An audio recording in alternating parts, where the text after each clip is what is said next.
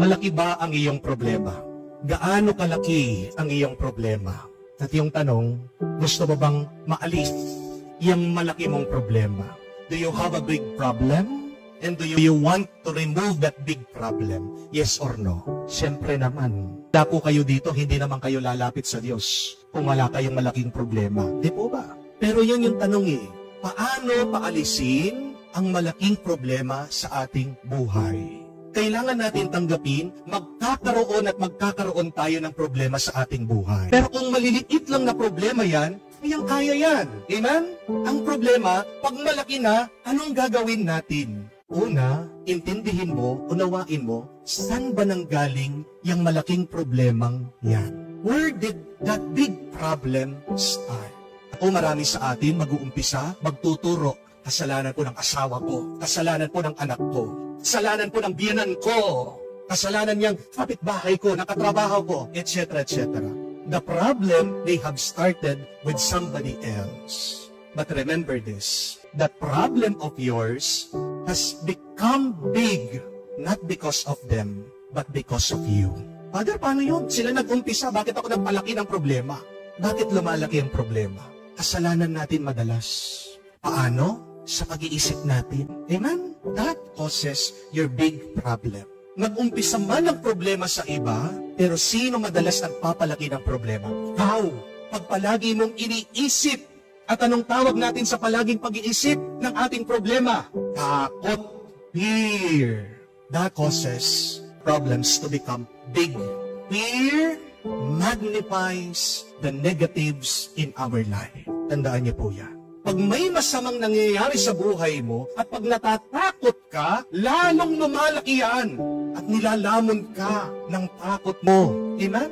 Paano mo papalikitin yung takot mo, yung masama na nangyayari sa buhay mo, yung malaking problema mo? Anong kabaliktaran ng takot? Tiwala, pananalig, pananampalataya. The opposite of fear is faith. Amen? And when you have faith, remember this, it magnifies the grace of God. When you have faith, it enlarges the love, the goodness, and the blessing of God in your life. Pag may pananampalataya ka, pag may pananalig ka, pag may tiwala ka sa Diyos, anong lumalaki? Yung mabuti. At pag lumaki ang mabuti, grasya ng Diyos sa buhay mo, lumiliit yung problema. Lumiliit yung masama na nararanasan mo sa iyong buhay. Amen? Meron pong dumating dito, mag-asawa, nagpapasalam sa akin. Kasi po, habang dumadaan sila dito sa kanilang financial na problema, pag napapakinggan po nila, napapanood nila yung homily ko, naiibsan daw yung kanilang masamang nararamdaman. Doon na open up din po nila, na share nila. Hanggang ngayon, dumadaan pa po sila sa problema. Nagumpisa pong umiyak ito mag-asawa. Kasi sabi nila, hindi naman nila kasalanan. Nagtiwala sila doon sa negosyo, yung pala niloko sila, yung pala merong illegal, dinampot sila ng mga pulis, yung merong pananiningil sa kanila, kailangan nila magbayad, higit 6 million. Habang sila po ay nagsasalita, may isip ang Diyos sa akin, may binulong ang Diyos sa akin. Alam po sabi ng Diyos, sabihin mo sa kanila, 6 million lang yan. Oo nga po, no?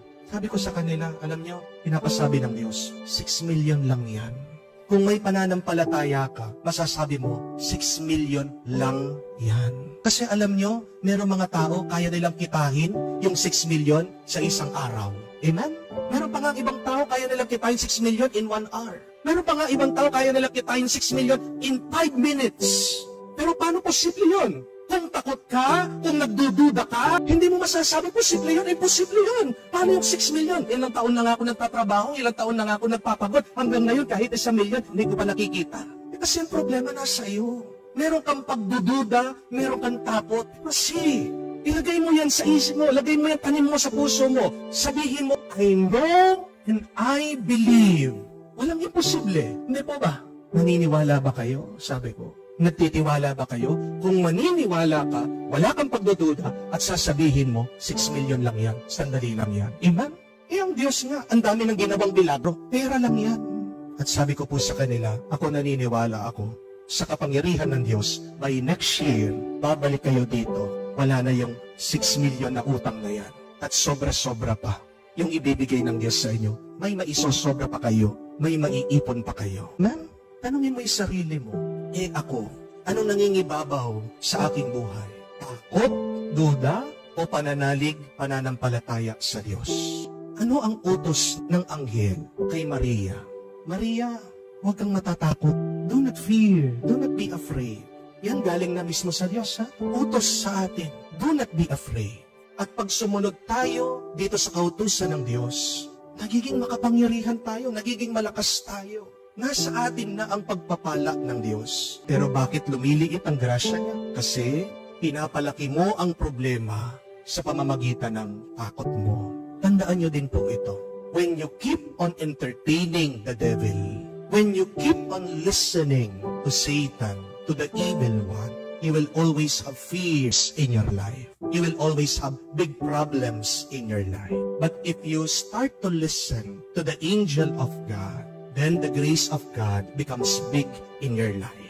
Paano lumaki din ang grasya ng Diyos sa atin? Mawala, mapaliit ang mga malaking problema sa ating buhay. Pakinggan mo ang Diyos. Pakinggan mo ang anghel niya. Siya nang nagsasabi sa iyo, huwag kang matakot. Pero ang problema sa atin, palagi tayong nakikinig sa demonyo. At anong sinasabi ng demonyo? Palagi negative. Amen? Anong sinasabi niya sa iyo? Hindi mo kaya yan. Imposible yan. Mag-ingat kayo. Pag narinig mo na yon, na imposible, kanino galing yun? Alam nyo na dapat sa demonyo, sa masama. At pag narinig mo na yung masama na sinasabi ng demonyo, wala, hindi mo kaya, imposible. Takpan mo ang tenga mo. Ignore mo siya. Pansinin. Magdasal ka. Balikan mo yung sinabi ng anghel. Huwag kang matakot dahil walang imposible sa Diyos. Amen? When you have big problems in your life, proclaim always the goodness of God. Kahit na malaki ang problema mo, tingin mo lang yan. Ang mahalaga, una, ipahayag mo ang kabutihan ng Diyos. Every day, as you wake up, proclaim this. Araw-araw, pagkagising nyo, sabihin niyo po ito. God is good. Amen? At ang sagot pag sinabi, God is good, may bago na daw po. Pag sinabi, God is good, ang sagot mo dapat, sobra-sobra. Hindi na all the time. Sabihin mo, sobra-sobra. God is good, matatakot ka pa ba? Sabihin mo sa problema mo, gaano pa kalaki yan? God is good, sobra-sobra.